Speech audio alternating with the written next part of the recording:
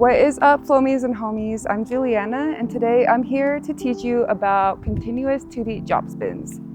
They're basically the same movement, only you can do it with both hands, and you can do it in opposite directions. So for example, I'm going to be doing a 2-beat drop spin with my left hand, and then I'm just going to add that into my right hand as well.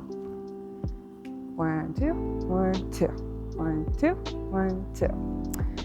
I would like to stress that they're both different releases.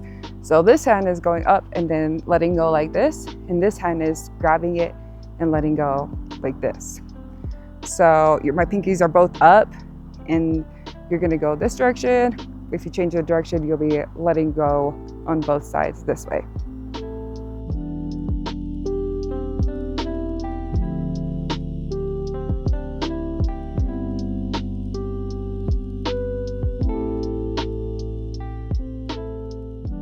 For the other 2-beat drop spin variations, check the links above.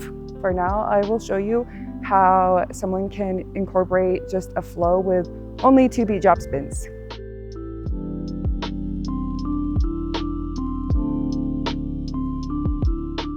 If you liked today's tutorial, don't forget to like and subscribe and follow for more.